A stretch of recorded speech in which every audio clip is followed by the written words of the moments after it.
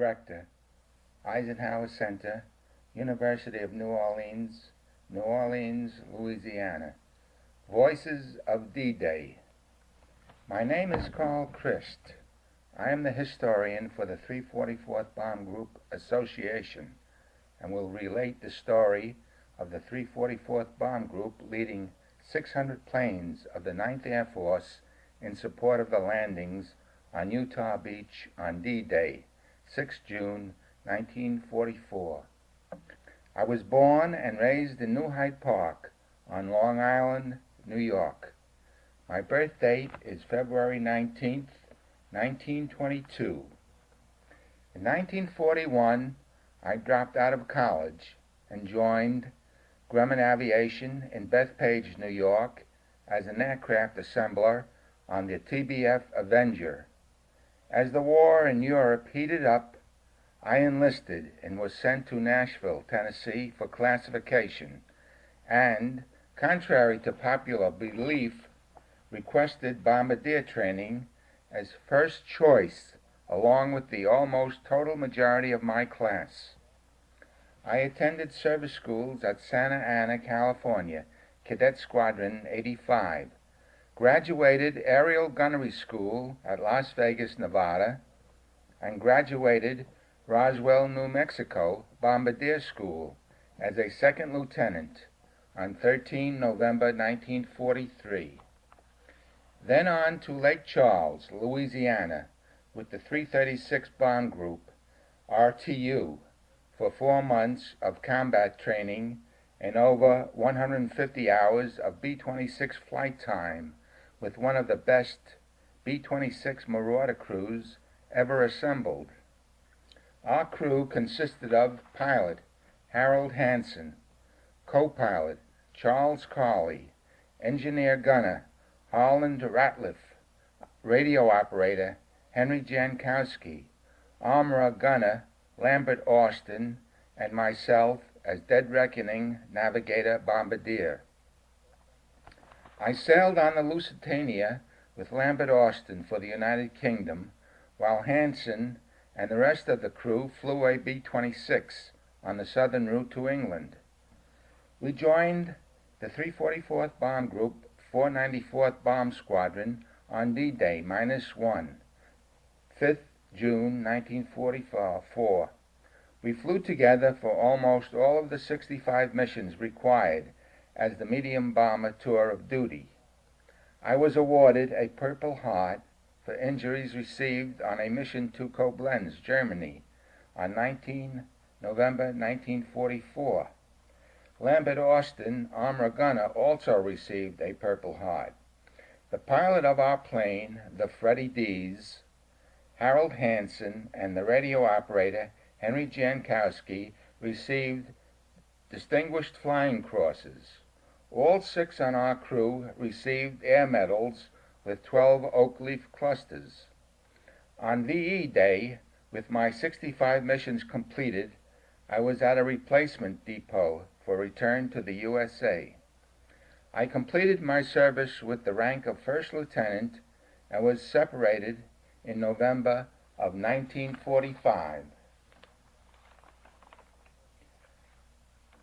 The 344th Bomb Group, medium, was constituted on 31 August 1942 and activated on 8 September 1942.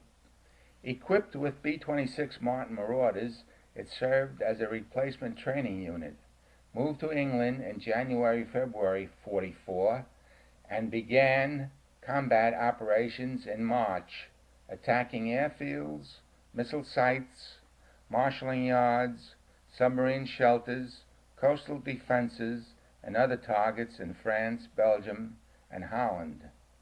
Beginning in May, helped prepare for the Normandy invasion by striking vital bridges in France. On D-Day, the 344th was stationed at A-169, Stansted, England, and consisted of a headquarters section and 4 squadrons: the 494th Bomb Squadron, the 495th Bomb Squadron, the 496th Bomb Squadron, and the 497th Bomb Squadron. In June '44, it was part of the largest air force in the world, the 9th Air Force. The group was commanded by Colonel Reggie Vance and Deputy Group Commander Lieutenant Colonel Bob Whitty.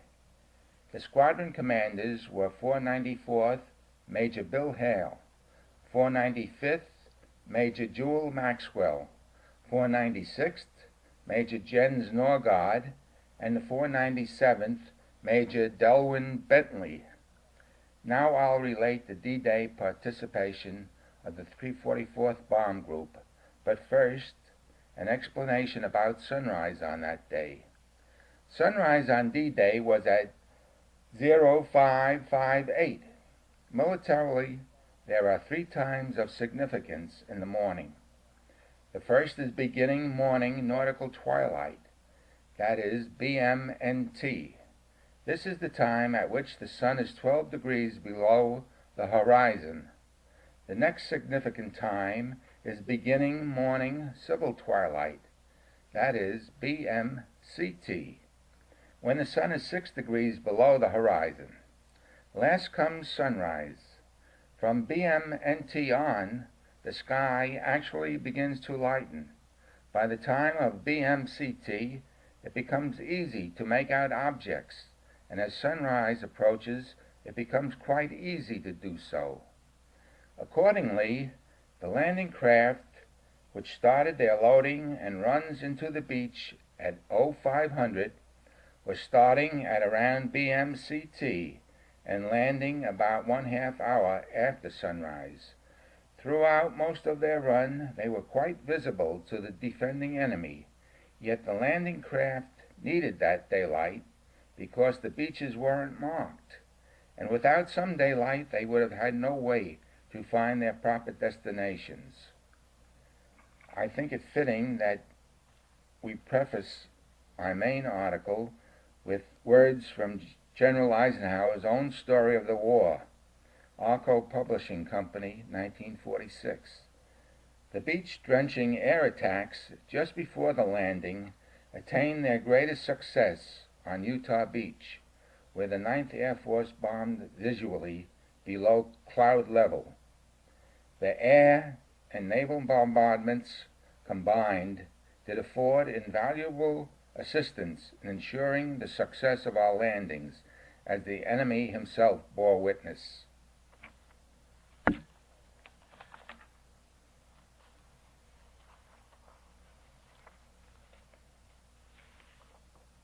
For the men of the 344th Bomb Group, the beginning of the end of the Second World War was on Tuesday, 6 June 1944, exactly 3 months to the day of their first mission in the ETO. It would take 11 more months for the 344th Bomb Group to complete their contribution to the victory. The 344th was given the honor of striking the first blow for freedom in leading the 600 planes of the 9th Air Force to bomb behind Utah Beach and the Nazi-occupied territory of France on that momentous day. In the early hours of D-Day, the crew of the lead plane were drinking black coffee and studying the targets. Crew chiefs, armorers, radio mechanics, ordnance men, and all other support personnel continued preparations through the night.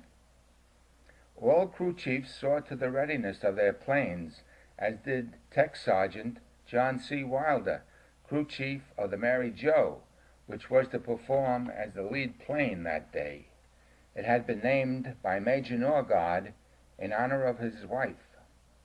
The crew of the lead plane, Mary Jo, consisted of Major Jens A. Norgard, pilot and formation leader, Lieutenant Colonel Robert W. Whitty, Deputy Group Commander, who flew as co-pilot, Captain James P. Parrish, lead bombardier, First Lieutenant Louis Offenberg, lead navigator, Staff Sergeant Kenneth L. Hobbs, engineer gunner, Tech Sergeant John R. Leach, radio operator gunner, Staff Sergeant Jules S. Theobald, tail gunner, and Second Lieutenant Lawrence D. Nifke, navigator.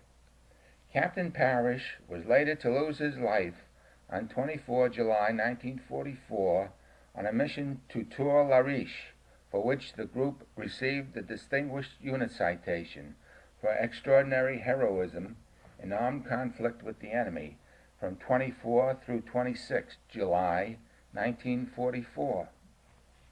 Besides the crew, the Mary Jo carried a war correspondent, Ivan Cy Peterman of the Philadelphia Inquirer. Mr. Peterman was one of 3 war correspondents assigned to the 344th Bomb Group. He would ride in the lead plane. Lee McCardle of the Baltimore Sun would accompany the number 2 flight with Captain Elgin Shorty Bowers in the 121 position. Don McKenzie of the New York Daily News would fly with Captain Kurt Seabolt in the 131 position. All 3 would write fascinating and first eyewitness accounts from their view in ringside seats of the beach landings and the early morning movement in the English Channel. They were among the largest group of correspondents, numbering 21, ever to participate actively in a military operation covering the D-Day landings from B-26 Marauders. Cy Peterman in the lead plane covered every major European engagement in World War II and returned later to cover the Nuremberg trials.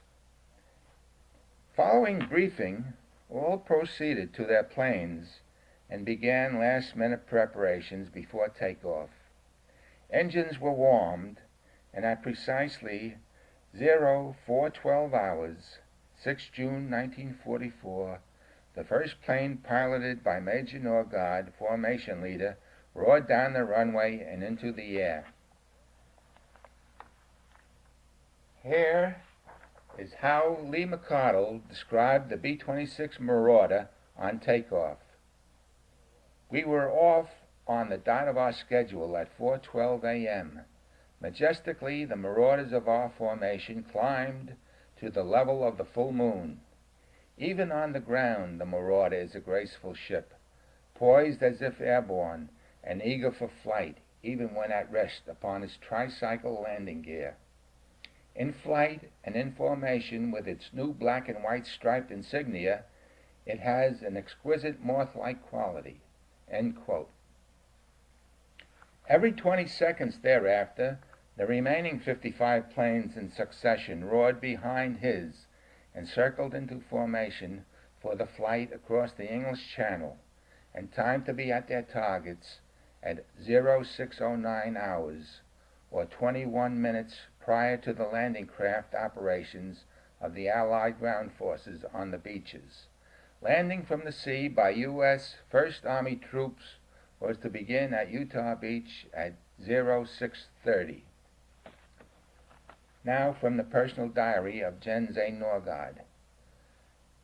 Due to the bad weather, the 344th Group missed connections and discovered that they were 15 precious minutes off schedule. It was a close race, but by speeding up to 250 miles per hour to make up for lost time, the lead plane arrived at the landmark 30 seconds ahead of time and 21 minutes before the troops were due to land on Utah Beach. Going over the channel, we flew under the weather, some 800 to 1,200 feet above the water. When we reached Cherbourg, the weather lifted and we climbed to 6,000 feet. Now listen to the bomb run as written by Ivan Cy Peterman. "I see bright flashes, and then my neck begins to prickle.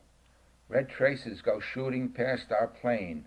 We bomb at 6,500 feet, the intercom interrupts, in 3 minutes. We fly down the sandy coastline just over the water's edge. The flak is coming thick now, for we are approaching the target. The big red blob split between us and the wingman, and that, my good friends, is too close. I suddenly seize an extra helmet and sit upon it. I wish to God those bombs were gone. Somehow, I try to pull my head down into the flak suit, knowing full well that it's not much protection, that a fragment of shell goes through as if it were paper. I stare down, first right and then left, and just then 2 boats go up in explosions. Apparently they must have hit mines, but they're well beyond our approaching armada. German E-boats are firing at us now near shore. Puffs of black shell smoke hang farther back. I do not see it, but one puts an incendiary into a bomber, sets it on fire. 3 of the boys bail out into the water. The pilot tries to get his bombs to the target. He struggles with the crippled airplane. Then in a flash it blows to pieces. The fire had ignited the bomb load. That is the only loss our group has. Now inland, about a half-mile, there is a terrible commotion, a patch of hellish smoke and fire bubbles skyward. Flak bursts all around, but I pay no attention. Over the phone comes the call, bombs away. We are approaching that battery of Nazi guns. They look like a series of golf bunkers, neatly ranged like some sandy folly on the beach. I see the racks suddenly empty. The bombs fall down. End quote. Colonel Norgard continues, our wave was over the beaches about 20 minutes, during which time we bombed every gun installation assigned to us. We flew up the peninsula and circled the island of Guernsey, where we watched destroyers working over the island. They were doing a beautiful job of it, Colonel Norgard said. The trip home had looked like a rough one, but the weather lifted shortly before dawn, and he and his squadron were back on Stansted Base at 7:45 a.m. A 9th Air Force press relations officer described the scene below on the return trip. A tremendous spectacle of landing barges and warships greeted us over the channel. Returning, it was like a glimpse of heaven over England, seeing the glorious sun break through heavy overcast and dreary dark clouds that hung over us all across France. After landing, Captain Curtis Seabolt remarked, I feel profoundly honored to have been among the first United States groups to spearhead the invasion. After recalling the 2 battleships that were blasting away at the coastline, he added, battleships and B-26 Marauders, what a combo. In summary, the 344th Bomb Group put up 3 boxes of 18 planes each, with 2 spares for a total of 56 aircraft.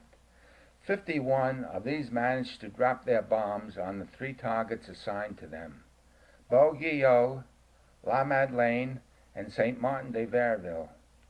Bombing results, according to headquarters of the 9th Air Force, were good to excellent. The first box dropped its bombs on Beauguillot at exactly 0608 1/2, with good to excellent results by visual observation. The interrogation form, filed by the lead plane piloted by Norgard Whitty, reported results of the bombing as very good. Cy Peterman's description of the bombing. The bombs carpeting the target are bursting like the bubbles on a vat of nitric acid. There are spouts of flame and belching smoke which seem to leap at us like some angry monster, writhing horribly and trying to follow. It is terrible and sheer destruction, and has me hanging out the window. End quote. The second box bombed La Madeleine at exactly 0605, with believed good to excellent results. The bombs of Captain Florsheim, flying with Major Maxwell, were the first to hit the beachhead. The third box bombed St. Martin de Verville at exactly 0609, with believed good to excellent results. Bombs found their marks exactly as planned, and then the 344th turned right and streaked across the Cherbourg Peninsula on its return trip home via the route between Guernsey and Alderney Islands to England. Our planes had silenced their targets. Bombing results were by visual observation due to personnel failure, camera not turned on, weather conditions, and film badly underexposed due to very poor light conditions at time of attack. Enemy aircraft fire did not spare the Marauders, and some of our finest crews failed to come back across the channel. Death faced, survived, inflicted on others, is one of the chief unifying forces among members of combat bomber crews.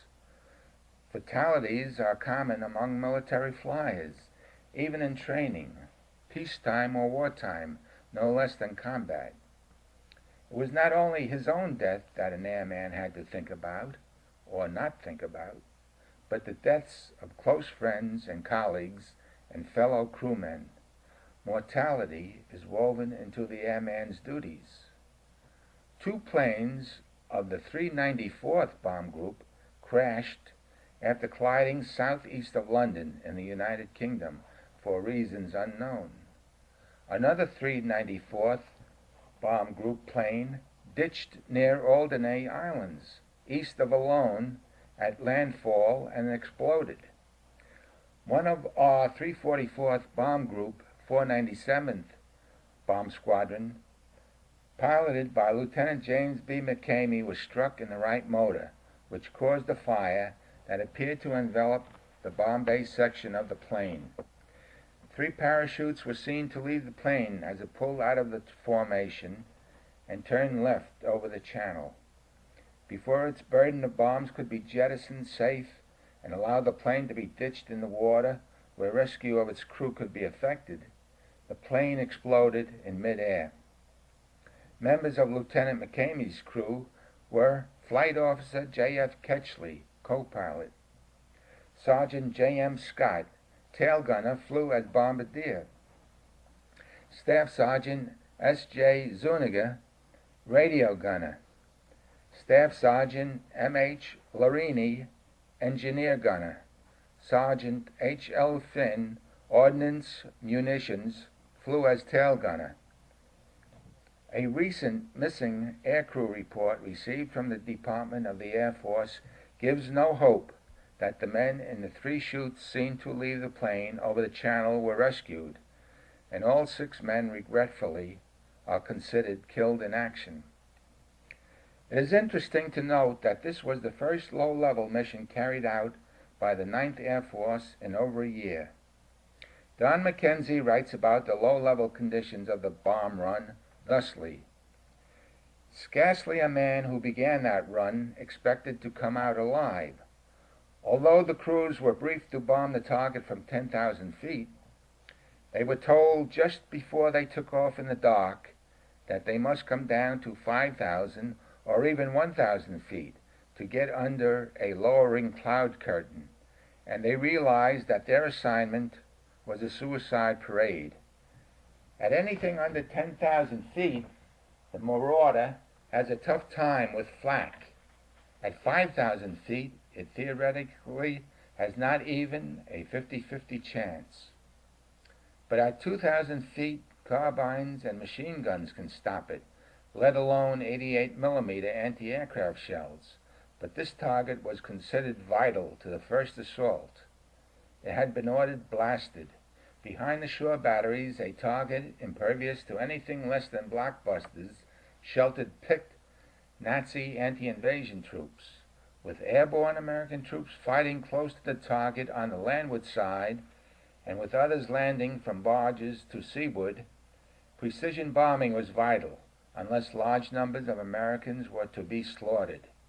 That is why the crack group of bombers, known as the Silver Streaks, were briefed to come right down on top of the target, if necessary, for deadly accurate aim." End quote. With this initial stage of the invasion accomplished, 20 crews on the AM mission of the 344th would go out again on an evening mission to Amiens, led by Colonel Vance and Major Hale. 9th Bomber Command commendations were received from Lieutenant General Louis H. Brereton and Major General Samuel E. Anderson. Colonel R.F.C. Vance's commendation to the group read, "The individual eagerness shown by all members of this group to help our forces on the beach to the utmost represents the ultimate in combat spirit. Your individual flying formation and your aggressiveness in trying to reach cloud-covered targets is nothing short of magnificent. By your actions and with your fine spirit, the most rapid advance of ground forces to a winning of this war will be ensured." Following D-Day and during the remainder of June, the 344th Silver Streaks supported the drive that resulted in the seizure of the Cotentin Peninsula, bombed defended positions to assist British forces in the area of Akron, received a Distinguished Unit Citation for 3-day action against the enemy, 24 through 26 July 1944, when the group struck troop concentrations, supply dumps, a bridge, and a railroad viaduct to assist advancing ground forces at St. Lo, knocked out bridges to hinder the enemy's withdrawal through the Falaise Gap, and bombed vessels and strong points at Brest, attacked bridges, rail lines, fortified areas, supply dumps, and ordnance depots in Germany, supported Allied forces during the Battle of the Bulge, and continued to strike such targets as supply points, communication centers, bridges, marshalling yards, roads, and fuel storage tanks until April 1945, made training flights, and participated in air demonstrations after the war, moved to Germany in September 1945, and as part of the United States Air Forces in Europe, served with the Army of Occupation. They participated in 6 campaigns in the European Theater of Operations: Air Offensive, Europe, Normandy, Northern France, Rhineland, Ardennes, Alsace, and Central Europe to the end of World War II. So this is the story of the airmen of the 344th Bomb Group, young American men who were committed to doing an unwelcome but necessary job for the cause of liberty and democracy. They developed a boundless attachment for their B-26 Martin Marauders, a strong affection for their squadron and group, a high regard and respect for their individual crews and leaders, and a deep concern for the Allied invasion ground forces. The group completed 266 missions within 14 months, the first on 6 March 1944, the 68th and 69th on D-Day, and the last on 25 April 1945. This is Carl Christ, and I would say to the present generation and future generations, if you would know why you are free, turn to the graves of your sires. If you would know why your nation is great, look around, and behold on every side the living proofs of her greatness.